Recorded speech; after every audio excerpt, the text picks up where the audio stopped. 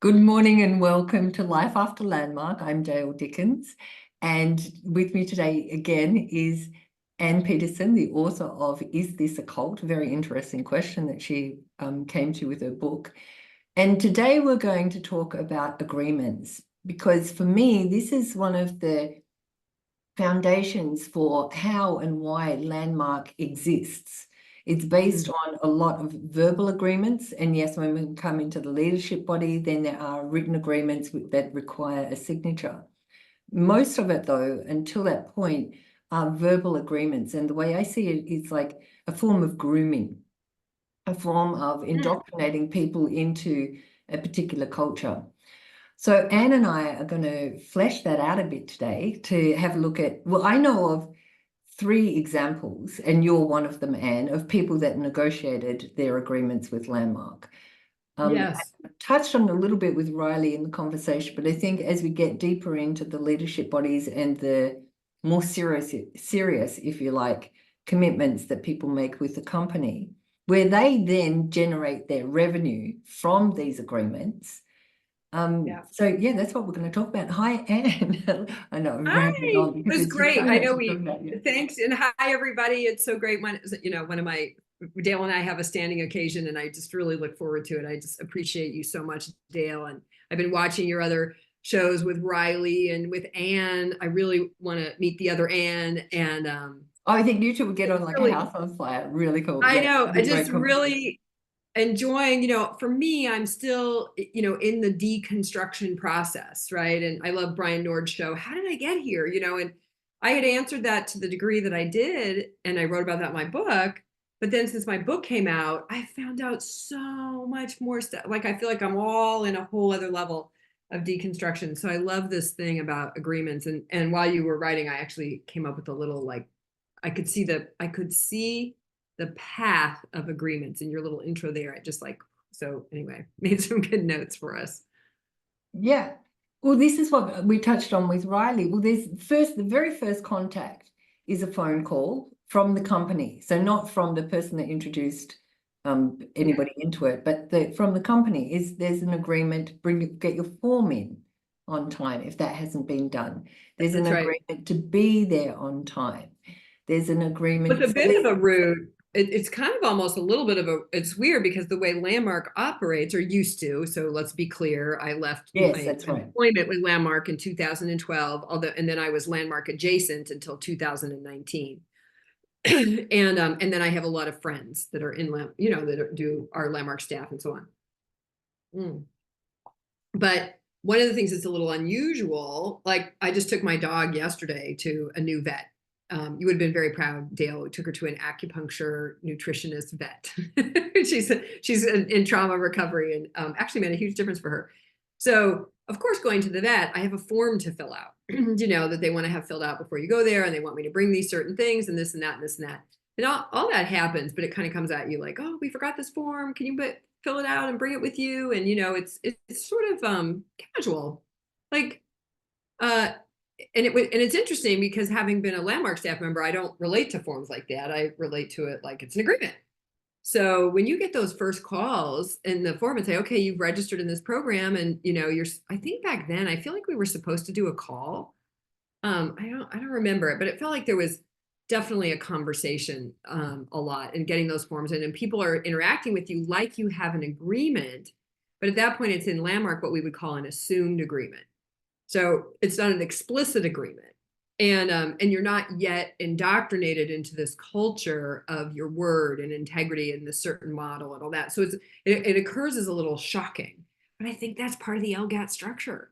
That's part of as I'm studying this and learning more about these kinds of programs and where the coercion and exploitation happens, distinct from where the transformation happens, right? Or how do those come together, right? That's the subtitle of my book, right? Confronting the line between exploitation and transformation. So I'm fascinated with that line.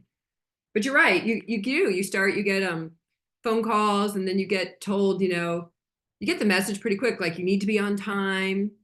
And then when you arrive in the course, and this would be common really for any course, but particularly for an LGAT, the whole first session of the course is all about the agreements. And when we were constructing, I say we, I was the host, the instructors were constructing the Being a Leader course. It was one of the things we had that was challenging for me as the host. The whole first session, which they're long, it's like 2-3 hours, would be all set up and all agreements. And it was always, and they were designed to be kind of a like interruption. They would say it like interruption on normal. This is about you being a leader, or this is about you being extraordinary, or this is about you elevating. Riley talked about it, your integrity, so that when you say chair, chair falls out of your mouth. You'll hear that out of Landmark people, because that was our cliche we used, right? So, well, what is the architecture for being that kind of person is agreements. That's the architecture. That's the tool. So I just wrote down in the forum, you're getting introduced to it, but you're also being introduced. I don't know if you've thought about this, Dale, but you're also being introduced to it via social and nonverbal cues. Oh, please tell us more about that. So Dr. John Hunter talked a little bit about it in his work about examining LGATs, but basically a human being, you're always going to conform to the group you're in, the group setting you're in automatically, unless you're disassociated. If you're in a disassociative state, that's what we call the crazy people on the corner. They're disassociated. And so they'll act and behave and speak in ways that are not acceptable or appropriate in the social setting, in the group setting, right? But you come into this room and the chairs are all set just so, it's all very impeccable and very precise. And you immediately get, like, before they even start talking to you, okay, I'm going to sit here, like, oh, there's no place to put my stuff. Okay. And if you did your call or read your forms, you kind of know that. If you didn't, you're sort of shocked a little bit. And then they start going through the agreements that are going to create the environment. And that's actually an element of that is part of Healthy. I led a workshop today, the Safe Practitioner workshop, when we talked about creating an environment. You know, part of being a safe practitioner is creating an environment where it's respectful of people's differing views and opinions and so on. So having ground rules and all that, that's a very healthy thing. But how are you using them and what are they? And then there's the social cue. Like, I can't remember in Landmark if they tell you that you're supposed to clap, or if it starts spontaneously and then they encourage it. Oh, you just went mute. You're on mute. It starts spontaneously, and then it's encouraged. It's an elevation of the energy in the room. But I'm just also looking at the distinction association. It's a connection or a cooperative link between people or organizations. So yes, these non-verbal cohesions, it's like a group starts to form. And there's a fun, this is a measure of success for a leader at the front. It's like, okay, great, we're starting to form a group here. This is great. You're starting to get, in Landmark, we called it the group dynamic. I don't think they recognize themselves as a large group awareness training. And they have definitely moved away from some of the riskier components of that over the years, but they still, sorry, sad news.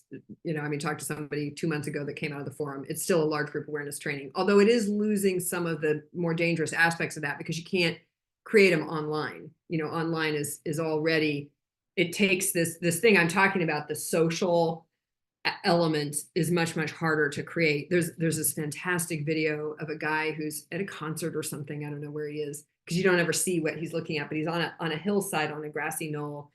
And it's a video. So and this guy's dancing and he's dancing and everybody's kind of looking at him and like, what? And then pretty soon one more person stands up and starts dancing and within like the video's like 4 minutes, the whole hillside is up and dancing. So there's a whole form of sort of social agreement that begins to happen there. And Landmark talks, their advanced course very much talks about agreement reality. Like if enough people say it enough times, then it becomes true, right? Mm-hmm. So just to put in, that's what they also called non-verbal agreements. That's how it was languaged in there. There's so many non-verbal agreements as well, which makes it really difficult to dismantle. Let's see if we can, you might have left right before you got the table tent. So your word is what you said you would do, what others could expect you to do that you haven't said. I've worked really hard to forget this stuff. I'm very pleased that I can't remember it all. But it's not, it includes what you said you would do, what others would expect of you, even though you haven't said you would do it. And then there's there's like 5 of them, right, that go through and say exactly what constitutes your word, and your word is agreement. Now, agreements are a really powerful part of social dynamics. I mean, it's not a bad thing, but like all things, it can be used for bad. It can be used, I always say it can be used for good or it can be used for evil. In Landmark, it gets used. So I just want to put something in here. Agreement is also, it already has me think that there are 2 people agreeing. Like there has to be 2 parties involved in that agreement, right? Yet, for something to agree to. Yet, for example, even on computer systems, so Google, Apple, Mac, we get all of these new agreements that come through, but we can't negotiate them. They're non-negotiable, so they're not really an agreement. Because I can't say, no, I don't want to, I don't agree. Well, that's in consent. So now as a society, we're having some really powerful conversations about what constitutes consent. So now you're speaking to that area, I believe. I do think that there are assumed or social agreements that manifest over time. We were talking about, before we started, we were talking about contract by performance. So where you and I agree, you and I might say, oh, I'm going to do this and you're going to do that, and we start up a business together, but we never write it down. The only thing in the court of US law that I could potentially hold you to account for is what agreements emerge through your actions over time. So if you do something the same way over and over and over and over, I now have the right to expect that you'll keep doing that. And that's called this is a layman's term. I'm sure one of the lawyers would clean this up for me, but said simply, that's a kind of what's called a contract by performance. So, and I actually, Yoga Man, who I reference in my book, tried to sue me. He was funny because well, we had 2 different contracts. One was signed, the other it was not explicitly signed. An email that had the contract in it had an approval from his person. So my lawyer said, oh, well, that's, he is agreeing to it because he says, yes, go ahead, I'm in, I'm a yes, in an email that had the contract attached. So it was like, we could assume that those agreements in that contract were there. But in another situation, we stopped signing, actually the Being a Leader situation, we stopped signing contracts. I said, I don't need a contract as of starting in 2017. And I hosted that till 2019. So for 3 programs, I hosted with no signed contract. However, we already had a pattern established. So a reasonable person could assume that I would adhere to the pattern that was established. And that constitutes agreements in a legal sense, which in societies run by the rule of law, that's where you kind of go to see what's the truth. But so I don't know that a powerful agreement, an agreement that's going to really build something. I mean, right now, I've been doing some work with some in a large company, training they're onboarding their new district managers, and we talk about proactive accountability, and we actually get into, well, what is an agreement really? What is a clear agreement? And we break it down, and it has these 4 components, and then it's clear. And one of the components, by the way, is the negotiation, is the yes, no, counteroffer, defer. And that you're kind of on thin ice if you're trying to hold somebody to an account for an agreement that doesn't have that component to it. Yeah. You better have a track record, a history, or something, or you're not going to be able to hold them to that. Or you got to brainwash them, which is what they do in Landmark. The only thing I'm going to throw in here is that global, now we're acting globally, right, as people on the planet. There's so many different countries with different laws. So there's the law, the world of the law being lawful, and then there's legally. And America, I know, is very strong on the legal front, whereas Australia is part of the Commonwealth, and we're based on British law, which is mostly common law. And I think that it's different, and we have a different way of approaching these basic, really fundamental, basic social skill elements of the social structure. So I'm not Yes. quite sure. Yeah. I think, from my end, an agreement is it has to have two parties involved. There has to be two elements that are saying yes to something.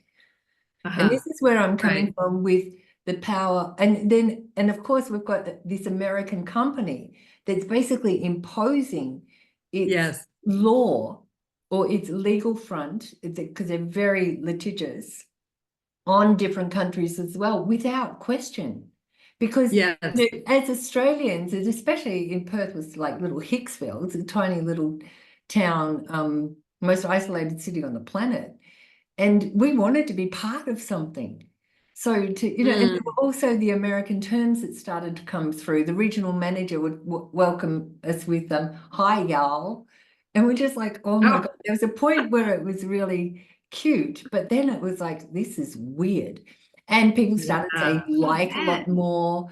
We, just basic stuff. We also had to Well, have. you want to hear a funny little anecdote. So one of the countries that Landmark had to stop doing business in, um, had to stop doing one. So they had to stop doing business because of a news. So this has happened. It happened in Australia, but it didn't chase them out of Australia. It happened in France, happened in Sweden.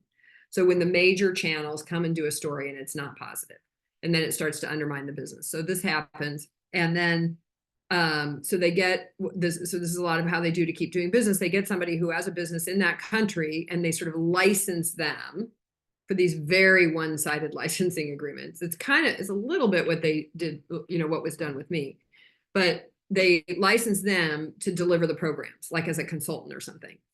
And in this particular country, they didn't want to have.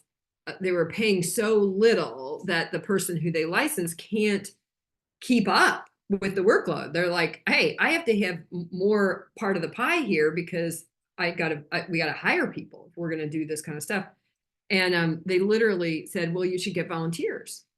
And as I understand it, so they ended the volunteer, also known as assisting program in Landmark lingo, but they ended the volunteer program in the United States on September 30th of 2022. And I had my years mixed up. I've said 2023 a few times. This can be my official correction. It was 2022.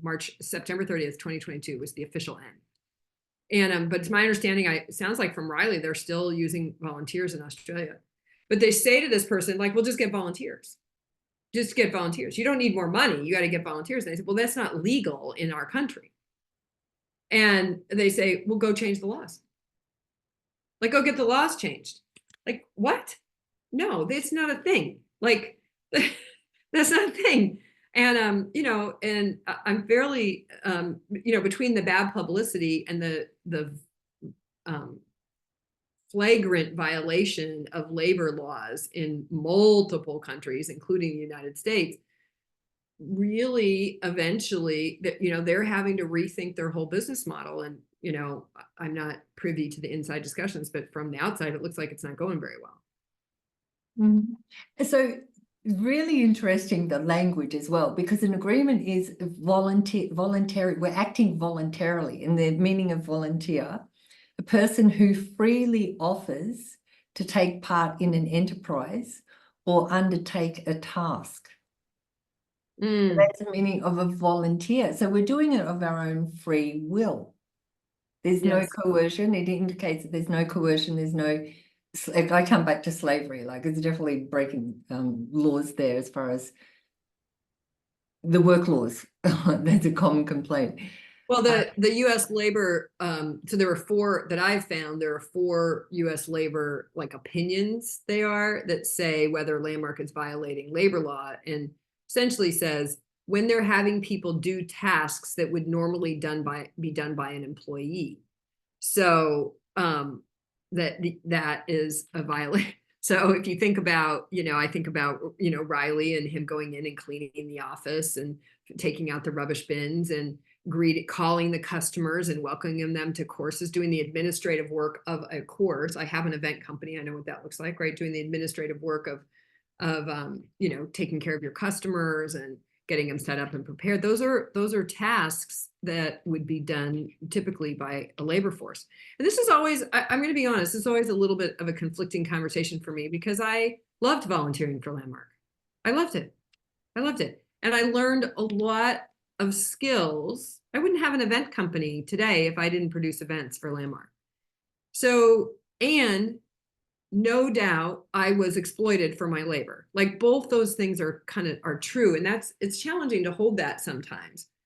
I came to see the extreme, part of it is because you're volunteering 20, 30, 40, you're volunteering like huge amounts of hours. And then there's an impact to that, to your life. And that is very disregarded, right? No, you don't go to your kids' birthday parties, as we heard Seb say. No, for my case, my daughter was, spending all this time in an abusive household and getting harmed. And, there's all these impacts to that. So the whole volunteer thing is fraught. It's fraught. And, but I like what you're focusing on too about the agreements, because frequently in those volunteer agreements, you find out that you agreed to things you didn't know you agreed to. That's right. And it's this ability to negotiate. So this is why I'm really pulling out the two parties. It has to be a two-party situation for an agreement to take place. And just on note about volunteering, there were no cleaners in the Perth office. Like, they didn't employ people to clean either the toilets or the office. So because people were volunteering to do that as part of their assisting agreement. And I know the Introduction Leaders program that I came into, that was when it stopped being the Introduction to the Forum Leaders program, that it was IFLP and it became ILP. The crew before me said they used to scrub the toilets with toothbrushes. Oh yeah, that's an right? S thing. That goes back to the beginning. Yeah. Right. So there were Werner's yacht with it, and it's a very much a Scientology thing. I just finally I did it, Dale. I watched Going Clear all the way through. I tried like 4 times and I just couldn't take it because it's too the same. But I actually, this last weekend, I finally watched it all the way to the end. And to my chagrin, they had people scrubbing toilets with toothbrushes as an aspect of being trained. Well, I still go into public toilets and I tidy them up a bit. It's like it's being indoctrinated. It's really, because the way it's sold is that you're doing your bit for the community. Now, imagine if everybody did this, and just the imagination, wow, we'd be living in such a different place if everybody did this. So I'll do my bit. Well, that's you may or may not have heard the slogan of Texas, "Don't mess with Texas." So nowadays people think "Don't mess with Texas" is some like bravado thing. No, "Don't mess with Texas" was the Do Not Litter campaign that was started by Lady Bird Johnson. So one of our early governors. And to this day, when I walk in from a parking lot to a store, I pick up all the garbage. When I go to the restrooms, I clean up the thing. See, that's what I mean. We have to, in these things, we have to hold both things. We have to hold both and. So is it exploitive to employ legions of volunteers to man and run and manage your business? Yes, particularly while you're sending lots and lots of money off to the founder or the source like that. That's like yucky. And then, and did many of us get value from doing that? Did we learn about impeccability? Did we learn about like being part of community in a real way? And do we value that? Yeah, that's a big part of my message is both things. We have to evolve. If we're going to evolve as a society, as a people, we have to start being able to hold the bigger pictures. We have to be able to hold the I don't have my necklace on with the yin and the yang, but we have to hold the both sides and then move from there. Yes. And which requires then understanding boundaries and like where it's safe. And I believe most organizations have, if they have, in the United States, it's you can have volunteers even for a for-profit company, but there are limits and guidelines around that. There's a limited number of time. There's limited kinds of tasks that can be done. And those laws are in place to keep companies from exploiting labor. I mean, we exploit labor enough with the actual labor, let alone than having people work for free. Like, it's crazy. So And for me, this comes back to this thing about agreement. I know for myself, my self-worth when I left Landmark, I was really questioning. I didn't know what I was worth because my salary, actually, I spoke about it in the interview with X. It was 28,000 a year. That's how much I got paid back then. And I'd more than doubled it when I left, and I only had to work 40 hours a week. So my question about my value was really like I was thrown. I didn't know, and I was doing, I was trained to do so much more in the job that I left in that I wasn't using my skills. So that was really confusing. And this line between exploitation and transformation is really thin. And I Very, think it's a very. matter of and dancing between the two. Like I have been exploited, so I'm aware of that, and I'm really grateful for it because Well, you're grateful for it in the after effect. My yeah, thing with exploitation is because somebody said this to me early on. Well, did you ever feel exploited? People don't feel exploited while you're being exploited. You don't even know that's a thing. So you're doing because the reason why you're a yes to the agreement, whether it's to bring guests or to share yourself, share the program with your family, or whatever, your reasoning, the reasons that you're being given at that time are very different. And, they're for the saving of the planet. They're for your maintaining your own transformation. You have a self-interest. Like it's a whole sales pitch.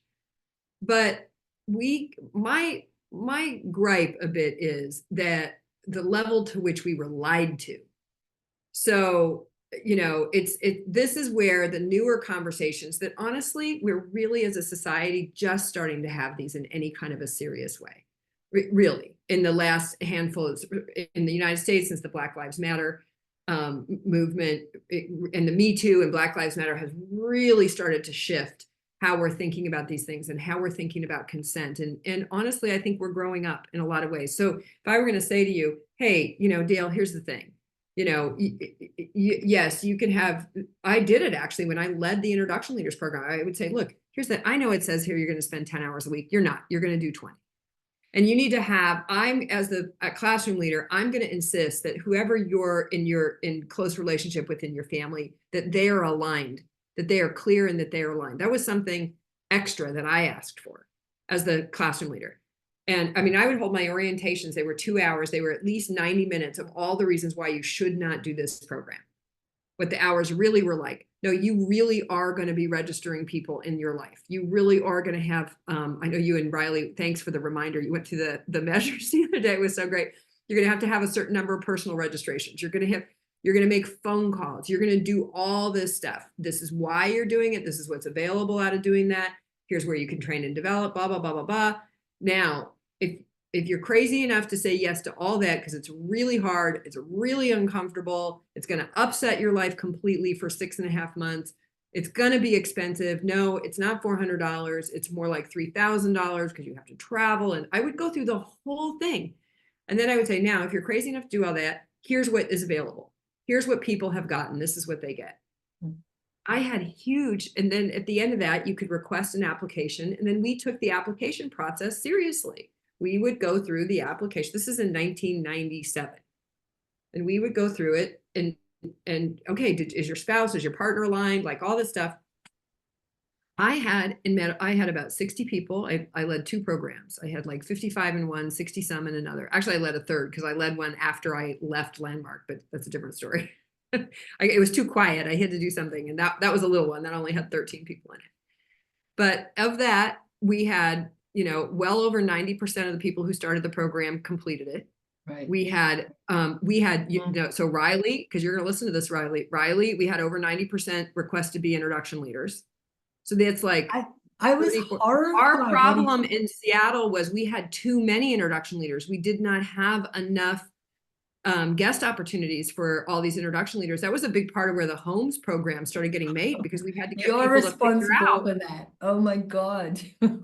Yeah, it's like, okay, well, you got to lead to 100 to get to the next thing, which is seminar leader, but we don't have guest rooms. This is when we were still giving guest rooms. They eventually take that out, but we don't even have enough because we had well over 100 introduction leaders. So we didn't have enough opportunities. So we had to start working with people to create their own opportunities.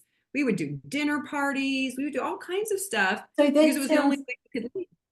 that sounds like a really organic process that was then hijacked and forced on other centers. And that's where I think Landmark really screw up, because what I'm hearing and what you're saying is then you're actually forming a true agreement. This is where people are given, the two parties are Yes. given the opportunity to say yes or no to facts. Yes. Which makes That's it consent, complete. right? Yeah, That's so it's a full consent. completely You have different. all of the information. Yeah, because that's a completely different contract. It's based on Right. the truth. So that is an agreement. And Yes. this is where I'm coming to, where lies are involved, which really that's what it is. It's just a foundation of lies. That indicates corruption. Something is corrupt. Then Wow. that's when it goes AWOL. And also hijacking something from another city that worked really well and then forcing it into everybody else, into every other city. Right. There's no agreement Without understanding, without understanding the process. See, I was a trained salesperson. That was what somebody had taken me under their wing rather, sorry, when I was like 20 years old and said, I'm going to teach you sales. She gave me a job in her carpet store. I sold carpet. I loved it. It's one of my, I had so many great jobs. So fun. This was one of my favorite. But she sent me to these sales trainings. It was the first time I ever flew on an airplane to a training. And I went to this sales training. It was so exciting. But back in the day, I'm looking up in our safe practitioner workshop, in our first session, we talked about a high level form of the consent framework. But just as a salesperson, because you would get dinged if you made a sale and then somebody returned it, it came out of your paycheck. So you wanted to, so forget about being altruistic and a good person or any of that crap. It was like, ooh, I can't have stuff coming out of my paycheck. So I got to know this customer is really satisfied with this purchase.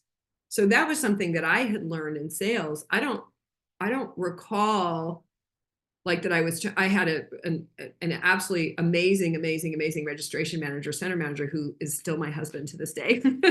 So I married him, and we're celebrating our 25th wedding anniversary this year. But so we had a great center, honestly. We had a great center. It was fun. It was lively and like that. But just quickly, if you want, the basics of consent include three things. It's freely given. So your yes, no, it's freely given. The agreement is both parties. It's freely given. It's informed. All the facts are on the table, and it's revocable at any time. Those are the most basic elements of an informed consent agreement. And in environments like the one that Landmark creates, and there's others as well, other LGATI kind of groups, several of those components are missing or distorted, twisted. Because you start out with the course agreements and you're in the course, and that's a kind of grooming. I love the way you brought that in. Like you're kind of being taught how to behave, how to win in this environment. You also get trained subtly that the most dramatic, like if you go to the depths of your soul and like confess, like the highest confession wins, because that gets the most applause, that you become the hero of that course. Everybody, you're like popular. That's how you get popular in an LGAT, is you spill your guts. And that's where people can see the biggest transformation. One thing I touched on with Riley was there's a physical transformation. Like people actually lose lines on their face. They become for a short period of time. Yeah, that's right. That's right. But that's then in the group training, there's a visual. There's something that people can measure. That's how transformation occurs. You get to those depths. You talk popping, right? Yeah. In the S days, they called it, I got it. Did you get it, Dale? I got it. Did you get it? And we could just hype ourselves up in that. Yeah, later, we gave it an acronym. We just called it IGI. It was like IGI. And now that's everywhere, right, in our culture. But no, you but definitely that's part of the coercion. It's like this is what you can have, but you have to go to these depths to get it. and then look at the difference in this person, that you can see how different they are. And that happens in an instant, and that's available to everybody. You just have to get down into the sewers. Yeah, I think that's a kind of, there's an agreement that is done there. I don't know. I was just going to pull up coercion. Of course, I don't know how to spell it well enough to get it up. I'm like the worst speller in the world. Um, uh, we'll have to go to Google. Google can guess better. But because to me, the being in the programs is a kind of grooming. So if we're going to put the culty, high control group red flags on it, that in the courses you're being groomed. You're being groomed to do these things. You're being groomed to confess and spill your guts. You're being groomed to, acknowledge and appreciate transformation, as it popping, right? All that kind of stuff. And you're on a high, right? You're like, there's Dr. Don Henner talks about the dopamine high. You literally get induced into a hypomanic state, and that's for the healthy people. Unhealthy people go manic, and all kinds of bad things happen. Some people don't have any interaction with that at all. They just kind of sit there and go, oh, well, that was interesting. When my father-in-law did the forum, he was in his late 70s, and he was like, oh, that was interesting. He goes, when we said, Daddy, how was it? He says, a lot of interesting stories. I liked hearing everybody's stories. For him, he was like sitting there reading a newspaper, and he goes, and he says, and I can see like it makes a really big difference for a lot of people. I'm really proud of you guys. He was the only person in my husband's family to ever actually do the program. And but so there's a kind of grooming there. Okay, now it's acceptable. Now it's not only is it acceptable, it's desired. Now I start to take on an accountability. Maybe I join an assisting leader program, such as the Introduction Leaders Program, Team Management Leadership Program. Or maybe I take on some kind of assisting. In Seattle, we had people, they could make up their own agreements. I'm gonna clean the center once a week. We had one gal, fabulous woman. She came in and watered all the plants. She took care of the plants. It was amazing. And but now this is where explicit agreements start to come in. You have to be, if you're not there, you have to replace yourself. It starts to get much more rigorous. And to me, that's where the compliance conversion, now you're starting to get converted and consumed a bit into a particular way of operating, being, acting, speaking. You're starting to use the language. Yeah, it's foreign, it's artificial. I call it an artificial intelligence. It's an artificial setting. It's foreign to who I was, but that's where transformation is, because I didn't want to be who I was, so it looked inviting. So coercion is the act or process of persuading someone forcefully to do something that they do not want to do. So it's this thing about forceful versus freely. And what I'm hearing, the examples that you're giving, is that there's a willingness to contribute to the growth of a center by these small acts of passion. What people are really, they want to do, they freely want to do that. Whereas then it's when that's then transferred as a way, it's kind of like a law, an unspoken law within the company, that this is how each center will thrive now. We'd work there, then it's going to happen here. So then there's the force.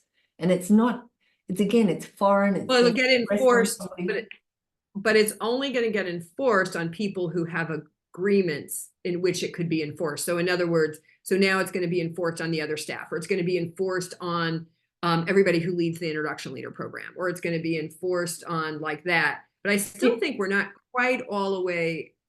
We're lightly, and I think it's important what we're beginning to understand, because we're talking about landmark because that's our personal experience. But it's everywhere. This is everywhere. Exactly. It's everywhere. It's everywhere. Even in families. Absolutely. How far do you want to break it down? But it's the assumption. They've given their agreement there. Then there's an assumption that, okay, they're going to agree to this. We're going to force them to, because we've created that relationship, and it's a Well, now I'm relationship. hostage.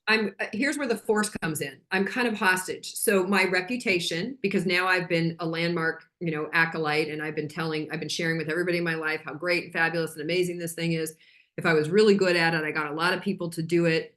I always think of the Brody family, their whole family ends up involved and on staff and so on. Who can ever forget about Riley's grandma, Nana? But so now you've got your reputation is very engaged, very tied up, and that's a massive thing to human beings, right? Our reputation, and that's what we trade on. So our reputation is at stake, and our belonging is at stake. So now most of our friends, by the time you're through a leader body, even the introduction leaders program, it's like joining a sorority or something. That's now your friend set. By this time, a lot of times, if you had friends and they've either done landmark or they've drifted away, and so now this is your friend. So the coercion. So now, if somebody comes along and says you're going to do it this way or else you're out, you're going to have to explain it to your friends. People are having this problem with my book. Even they don't want to read my book because they don't want to find out. They don't want to risk their reputation. They don't want to find out that what they've put their reputation on the line for could potentially be a cult or a little bit culty. And it takes courage to do that. Trust me, I know. My finger was shaking when I, because my whole reputation was going to change. And but their reputation and your friends, and so you don't want to risk any of that. And then that's before you get to the extreme litigious threats that are very, very common in the landmark world, which we'll get to that. Before you get to, so you're going to get kicked out. Your reputation is going to be at risk. That's the force that comes into play that has you continue to play along. And as I say in my book, go along to get along. I'm going to go along. I know that's not quite right, but nobody's being hurt. I don't think. We all kind of agree and we don't like it, but that. And we don't think, to your point, we don't think to negotiate. And because negotiating is to risk getting kicked out. That's right. And this is, for me, it comes back to my self-value. So, and when I said before, I'm really grateful for my experience at Landmark and having been coerced and indoctrinated, because I'm fully aware of that now. And I actually became adverse to groups. I became that disassociated person when I walked into groups after that. That slowly, I feel like I'm allergic to them. I'm really wary about entering into a group because I know there's going to be hierarchies, there's going to be all these unspoken agreements, everything, but it's in a group, a real mess because people are unaware of it. So it's even worse. Right. So so then if we talk now, I have more of an ability to negotiate because I realize that these are skills as well. Being able to stand up for interrupt conversations that I'm not aligned with and be able to negotiate my participation in a way that I would never even think of before. But there's something at stake, and that's my sanity. And also my time is my resource now, and it's limited, and I want to spend it in areas that really do make a difference for me and that I know I can contribute and are going to be pleasurable. These are things that I had no idea that were available to me pre-Landmark. That was just, it was foreign. Yeah. So this now ability to negotiate. So you, in one of our previous interviews, you said, or previous conversations, you said that you negotiated your agreements with Landmark. And I only know of two other people. And one was Sani Bennett. She's no longer with us, and I know that she would love for me to say this and represent her here. But she assisted on the Introduction Leaders program and also the Self-Expression and Leadership program. She didn't want to become a leader. She was an introduction leader, but she was not drawn to becoming a leader to lead the program. So she assisted. And she would overlap these assisting agreements. She'd be doing an SLP and an ILP at the same time. So SLP is 3 months or 16 weeks. ILP is 6 months. So she would overlap them. And just because she loved being with people and she wanted to share the distinctions, But there was a point where they relied on her because she was on time. She was a good egg. And then there was a point where she said no. She was really adamant she didn't want to do it. And they coerced her. Well, yeah, you become the savior. It's like, if I don't do this, then the ILP won't exist. And They then, love bombed her. yeah, they love bombed her. And then she said, okay, so I'll do it, but I will not do the registration conversation. I'm not going to do it. And so they said, okay. And then, of course, she said, of course, they tried to make me do it. I said, no. And she'd sit there with her arms crossed. She's like, no, I told you I'm not going to do it. So Yeah. she was the second person that I heard that could actually negotiate an agreement. And that's what started me to have a look at, well, this agreement thing, if I'm not able to negotiate, it's not an agreement, it's a force. That's right. Yeah. It's force, it's coercion. You just built the line beautifully right there, Dale. That was like underline, circle, highlight what Dale just said. That was just brilliant. And then the other person. If you're not able to say no, that's what freely. Yes, consent that's is right. freely. If you can't say no, it's not free. And the difference was, and also in the way Sani said it, she was free when she spoke it. She was like, Dale, you won't believe this. And she was being coerced. So she was constrained in the way she engaged with the participants as well. The conversation, she was reluctant to have that conversation. So the participants knew that there was a problem. There's something wrong there. And then when she was free to say no, the participants, they kind of got curious. So the after effects are really interesting. And then there was one other person who was a forum leader. So, but they were providing revenue for the company. So that's a key look at piece. costs and payoffs. That's a key piece to your ability to negotiate is your value. So now that doesn't mean you can't. So I'm saying to anybody out there listening, you can negotiate for anything, anytime, anywhere, but you better be a part of negotiating is you're also freely giving the other side the opportunity to say yes, no, or counteroffer, and you're going to be good. You need to be good with what they say. If they say no, they said no. Great. So it's two sides, but in a power dynamic, so that's where things get interesting, right? So they have the power, they have the goodies. My opportunity to lead, for example, that was a goodie for me. I couldn't, trust me, I've tried. I can't, what it takes to go build an audience and find people and, write content and lead it. It's huge amounts of work. So they have the goodies. So if you want to do that, then you can negotiate. And I know of several other people, I'm not free to tell their stories, but who did negotiate various points like the one you just said. My direct negotiations it was interesting. It did come with my value. As my value increased, right, I had more freedom, but also as I came to really understand integrity, but the whole picture of integrity, not just the kind of base level that is kind of taught and enforced at Landmark, which is fine. It's fine, but there's more to the story. It's a bigger thing. So my first big negotiation was I was put on probation. I was jumped. They didn't go through the employment for the rest of the process. They just put me straight on probation. And I had failed. They were leading 5 courses. I think I told this story on one of the other podcasts. I won't tell the whole thing, but like at a certain point, I was just like, this is ridiculous. They're asking me to do things that are not doable. And I would say then I had the sense that I was being asked to give my word to things that I could never fulfill, but I didn't have that language, not quite yet. It comes. But at that point I said, okay, fine, take me off staff. So in Landmark, there's this whole thing about staff versus employee. It's not real. It's a manufactured set of distinctions in that work environment. In the legal world, there's just employment. But so I said, take me off staff. I want to be a contract employee. And that meant that I didn't have to be on the staff calls. And wasn't going to have access to the medical insurance, but I didn't need it. My husband had the medical insurance. So I was like, this is great. Somebody else who did this that I know told me that when she went back a second time and said, no, I'm not going to be a staff member, it meant that they couldn't interact with her about her integrity, which I don't know that's entirely true because I've known a lot of employees that have been interacted with. That was her case, but I think that's because it's a boundary she drew, not more than it was about. And she negotiated for that, you could say. Yes, I'll come to work for you, but you cannot process me about these things. It's some aspects that are in the culture of Landmark.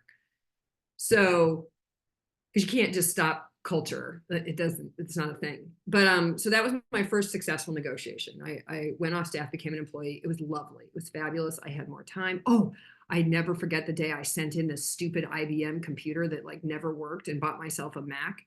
It was heaven. So I had more autonomy as an employee that I didn't have as a staff member. So that was really how I finished out my years. I think it was 4 or 5 years. And there was a contract. There was an employment contract. Now, I think I read it. I don't know.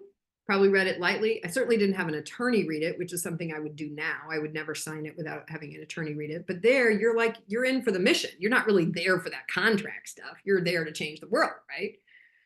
But I did pay attention to it. It had a 3-year non-compete. That was really the only thing I remember. I have the agreement now. It was sent to me recently, and I was like, okay. So then came a point, interestingly, it was when I kind of knew my time was short, like I was, for a lot of reasons. But what I put in my resignation letter was, you're holding me to account. You're asking me to give my word to something that there's not the system that I'm being forced to engage in makes it impossible. So, you can say, throw your hat over the wall and go through the wall, but you're not going through the wall without a pickaxe and without you got to have the tools to get through the wall or to get over the wall or around the wall or whatever. So I basically was like, look, you're asking me to promise you 10% increases year over year, with no leads, no system for getting it. No, it's like the system is broken. And that was after I had a breakthrough in what integrity actually really looked like. Like I had a whole oh, wait, why am I giving my word to something that I know is unworkable? That's not a thing. My husband followed that suit, by the way, when he resigned as a seminar leader. He said, look, I'm not doing this anymore. And the person he was resigning to said, you think we don't know that it's impossible? He goes, yeah, but you don't say that. You don't say like, hey, the system's totally broken down. So what is it that you can give your word to? See, that would be an appropriate negotiation. They're saying, no, the system's broken. Okay, fine, we know it, but you still have to be accountable for producing the result that would be expected if the system were functioning. Mm-hmm. That is insanity. Mm-hmm. So as I got clear about that, I started thinking, so then I leave staff. And plus I'm really sick. I'm like 60 pounds overweight. I'm beyond exhausted. I would later find out I had an autoimmune disease, but I couldn't stand the quiet. I was like, and I had this other project. I had already negotiated to start hosting the leadership course, but it was a year out. And I had been doing 4 courses. Doing one was like, that was like a walk in the park.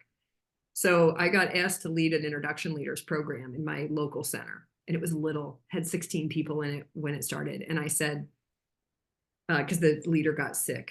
And I was like, ooh, something to do. And I loved leading the introduction leaders program. That was the first program that I led in 1997. So I was like, okay. Everybody around me is like, don't do this. You're crazy. You can't do that. No. You're supposed to be resting. You're supposed to be getting well. I'm like, I know, but I can't take this much rest. Like you can't go from this state to this state. And I now understand from Dr. John Hunter's work, if you're a staff member, particularly with or a program leader with a big accountability, you're probably living in a hypomanic state. You're constantly revved up and you have these big crashes, but then you come right back up. And that's literally wearing on your body. Any staff members listening to this, is wearing on your body. It took a doctor 4 years to convince me, and a lot of tests and scans and blood tests to prove it to me. But it's eating up your organs. It's wearing up your body. And so I said, but I kind of wanted to do it. So I'm like, okay, I'll do it. But I'm not going to sign any additional agreements. I was under my 3-year non-compete already. So I wasn't going to sign anything additional. I said, I haven't led the program in however long, and I will go through the manual, but I can't guarantee you, I'm not willing to guarantee you that I'm going to lead it exactly as the manual. I will promise you the outcomes, every outcome, because that's part of the thing of every classroom will be achieved, but I won't necessarily do it exactly as the way it's designed. I will be on all of the leader calls, but please, I won't be there to be trained to be a classroom leader. I'll be there to support. I'll be there but I'm not there to be trained. I'm leading this one program. And what else did I negotiate? Those are the big ones I remember. I feel like there was one more. Oh, I said to the center manager, I said, and when I come in, I'm going to clean the program and you can't fight me on any outs. Because I already knew she had a couple people on the books that weren't going to make the first weekend. So I'm like, I'm not leading a program that doesn't have integrity at the outset. I'm going to clean it and then I'm going to lead that program. So she had to agree to that. So she's like, okay.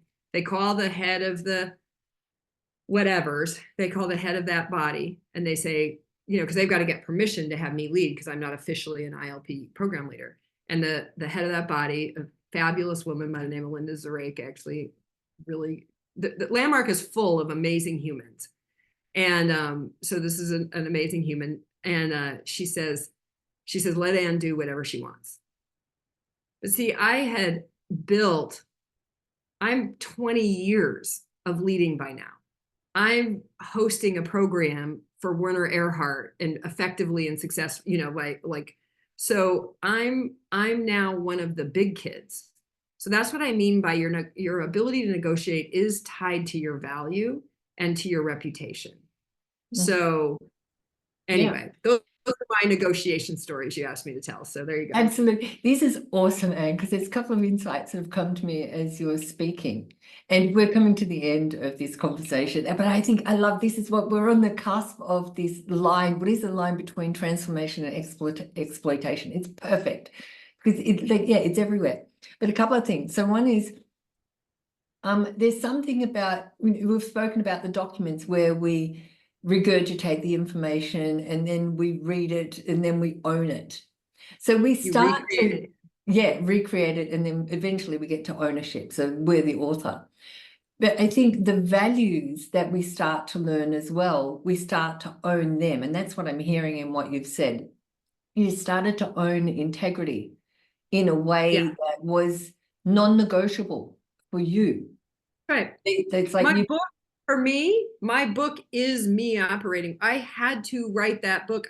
Because with the information that was coming to me and on board, I had to ask I asked every other question I could think of before I asked the question, wait, is this cult?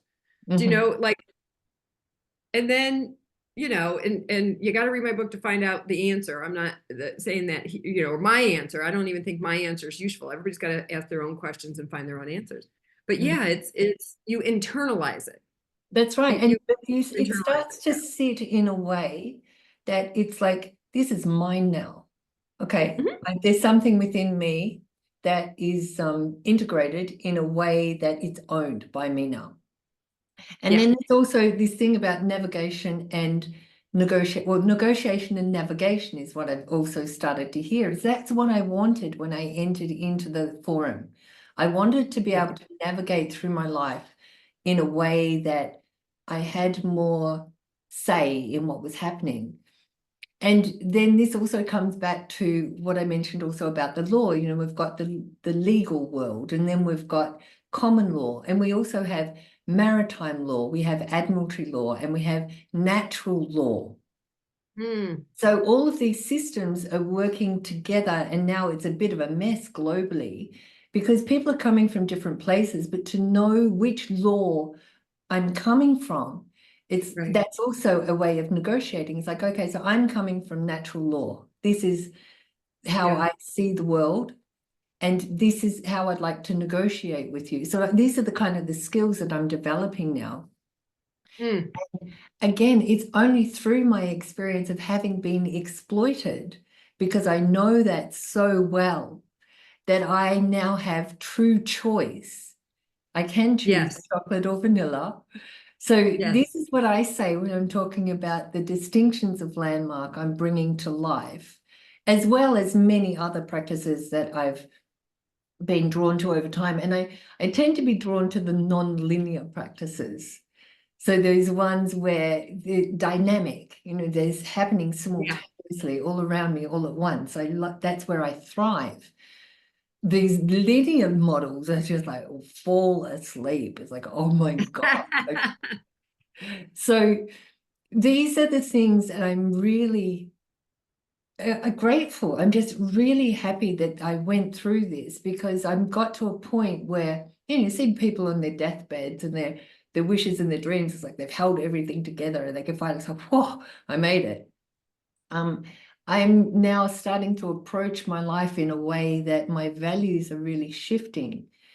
I'm engaged in this conversation. I'm looking at the world, governance of the world. That's my thing. That's what I'm really interested in, how systems work together.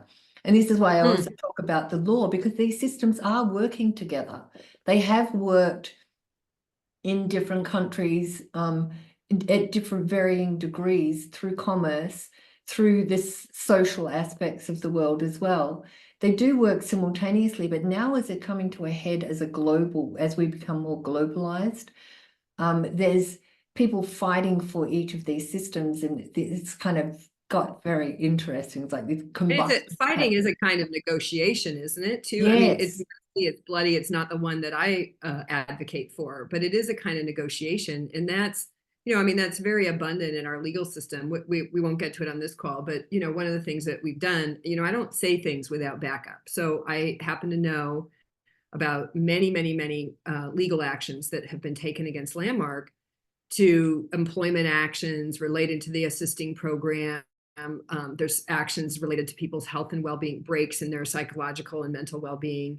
There's even actions related to murders that happen. I mean, it's crazy. Like it's like there are so many Lifetime special movies. That's a channel here in the US, but that could be done off of things that have happened around the 50 years of the Werner Erhard and Associates Landmark trajectory. But persuading someone forcefully to do something that they don't want to do. I think there's an aspect of that that's happening in the unknown. So, Landmark has been sued for their employment practices again and again and again and again and again. They know. Somebody told me a story recently of Joan Rosenberg saying that they don't have to pay overtime. That's actually not true. They do, and their own payment system. They take your salary and they do this whole math equation so that it matches the hourly laws, right? So that's how somebody ends up working in San Francisco making an average of $12 an hour, because they're being paid $10 an hour for their first 40 hours. They're being paid the additional 12 hours that equals the 62, which is what constitutes full time at Landmark, is being paid at time and a half, $15 an hour. Hence, her salary ends up being $12 an hour. So there's impacts and consequences to the violation of agreements at every level. And one of the things that organizations like Landmark, and they are so not alone, but if this could just be a Landmark problem, that would be a happy day, but it's not. There's people and organizations out there that are looking to skirt these agreements. And it's like a race. Can we make agreements that protect people? Can we find loopholes and ways out of them to exploit people? We'll put in another law, another one. That, honestly, if we just took on, and it's particularly egregious in an organization like Landmark, who states it's about a world that works for everyone and no one and nothing left out. And then they exploit people. That's the problem, Landmark. So, because they might even say in their defense, well, we're not doing things different than other companies. Yeah, but other companies aren't selling transformation. They're not selling integrity. They're not selling a world that works for everyone with no one and nothing left out. That is and then you lie to people about what you're really doing. Oh, Werner sold the company for $1. Oh, he gave it away and it's poor. No, he sold it for $15 million. And that was only up to 2009. We don't know what the agreement was in 2009, but I promise you the guy didn't stop making money. So if I'm working for Werner Erhard's benefit, tell me that and let me choose. And don't tell me I don't call it the whitewash version. I call it the Werner washed version. Don't tell me the Werner washed version. Tell me the whole thing. Because you know what? I got a lot of room. I've worked with people who are assholes. I've worked with people that, do yucky things. Clean it up. Yeah. All Werner's staff ever asked for him to do was clean it up, and he's not going to clean it up. That's right. So we'll start getting the toothbrush out on this end. Exactly. That's what we're doing, right? Yeah, wait a minute. The other thing I just want to say while we're in the negotiation thing, just so that it's in here. So if anybody's listening who's currently a staff member or considering going on staff, whether it's Landmark or some other organization, I just have to tell you something I've learned. I tell everybody who ever asks me, the time to negotiate is before you begin. Yes. It's not after you sign, it's before you sign. And that's So why this is why I also want to bring up the subject. If there's anybody that's listening to this, doing their research before they go into a course, you are able to negotiate from day one. yeah, Start negotiating your agreements right now. And I think this will change the whole culture of landmark education as well. When they get people in that are able to negotiate, then it'll be a very different that's story. a huge step to having as you know, the end of my rainbow is that there is a safer and more ethical personal development field and space. And I led a class today, one of the safe practitioners workshop that we just launched. And we were talking about how to actually create an environment that allows for consent every step along the way. Like people always make the jokes at Landmark about the bathroom, in the S stage, you couldn't go to the bathroom. And then it became, oh, you could go to the bathroom, but you have to be cleared on your way out and on your way in. And then it became what it was when I left was you can go to the bathroom, but you forfeit your right to expect the result. Mm. That's coercion. It's a threat. You can Yes. go out and go to the bathroom whenever you want, If, but you're under threat. yes. Take it out. You don't need to threaten people. You can just say, and maybe they do now. I don't know. Now they're at It's home. also, even in that sentence, you can if. That's a threat. That's coercion. It's not forming an agreement. That's a Yeah. conditional. That's conditional. They And would that's, probably have to frame that as an agreement. You're forfeiting your right to the agreement that was made between us when you accepted the oh agreement, yeah, it'll get whatever. really convoluted, but the essence of it is it's coercion. There's then Yeah, force involved, and it's not a free, these words that we've touched on today, we're not freely, voluntarily, really right. authentically, using landmark language, making a choice. And we're at the end, but we've That's a good touched on spot to some, stop. yeah, it is time. My mind's already going crazy. It's really great, this conversation. It's rich and it's really needed in the world, not only for Landmark, it's for Right. anybody that's about to make contract, or because these are contracts. And this is Yeah. how we start to create our societies, by all these agreements that we're entering into. So when people are fully, or have more sense about how we can start to negotiate and navigate our way into a world that does work for everybody, and the promise is awesome, then maybe the world will be different. But it starts with Yeah. each And am I individual. negotiating? What am I negotiating for? Who am I, Mm, am I negotiating for? I have a thing where I check all my actions now is this serving the greater good? That's what I negotiate for. I don't necessarily, and is it taking care of myself? I always jokingly call myself a recovering codependent, but it's my job to take care of myself. I need to take care. It's not Dale's job. It's not anybody else's job. So I don't need to negotiate for Dale to take care of Anne. Anne will take care of Anne. And mm, I can negotiate for what we can create together, and is it serving the greater good? And why I said yes to anytime Dale wants to talk to me is because Dale is serving the greater good, and I'm up for that.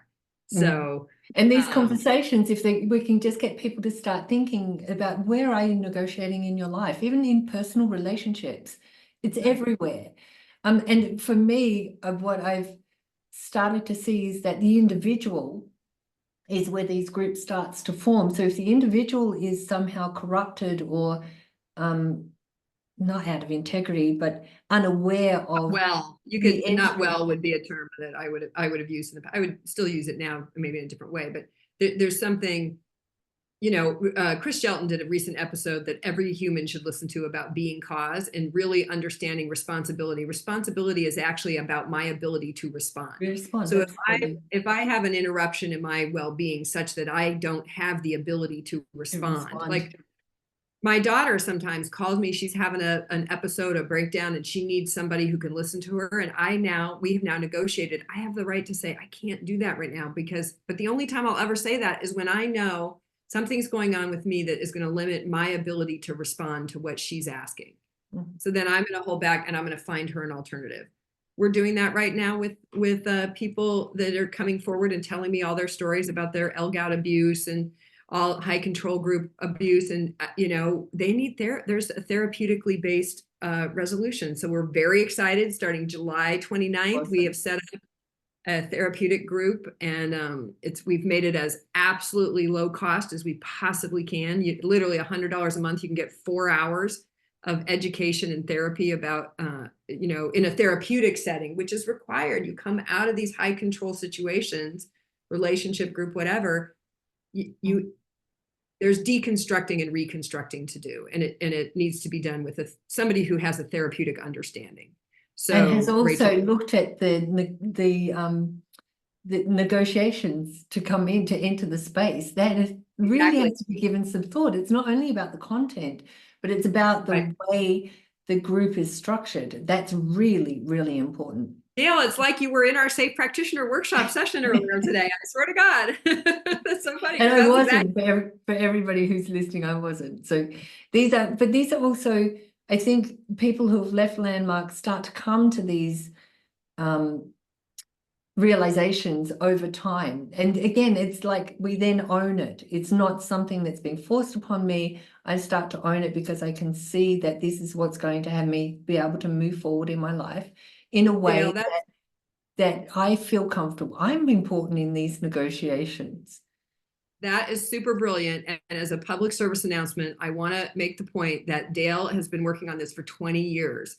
So for those of you that just left yesterday or last year or even 5 years ago, or you're just now waking up and feeling like, wait, I've been kind of hiding out in my life and scared and I don't feel, you know, like the place that you've gotten to, Dale, is because you've done some serious work.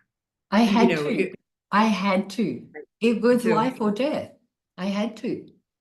Yeah. So yeah. But I want to appreciate that, because you can't just, one of the things that the human potential movement has taught us is for these quick fixes, you know, like, ooh, that thing Dale said, that was amazing. Okay, I'm taking that on. That's the new context. I hate this context is decisive. Can we do a whole show tearing that down? Yes, Anyway, the absolutely. whole, you know, is I'm going to take that on as a new context, and now I'm going to have the perspective Dale has. No, Dale has done some real work, study, talking to many people and studying lots of things and lots of therapeutic methods and all kinds of things to get. And the happy news at the end is the great tools that you got in participating in things like Landmark, Livespring, whatever it is, they're still there. You're not going to lose them. It's fine, but they will get safer. You don't realize how they have been weaponized, and you will unawarely use them in a weaponized fashion if you do not take the time to learn. So Absolutely. I just want to It's like coming down to this space at the bottom. And again, the body, the parasympathetic nervous system, being really able to learning how to learn. And basically the foundation. Yeah. Yeah. Awesome. Well, Anne, let's sign off. Thank you for touching on some of the questions that have been asked in the comments as well around the legalities and court cases and things. And I think we've got a beautiful foundation to continue working with, because, yeah, this is everywhere. It's not landmark specific. This is human potential, Anne. Human groups. Yeah. Yeah, beautiful. Not to let Landmark off the hook. That's right. That's right. All right, beautiful. Well, goodbye, everybody. Thank you very much for listening.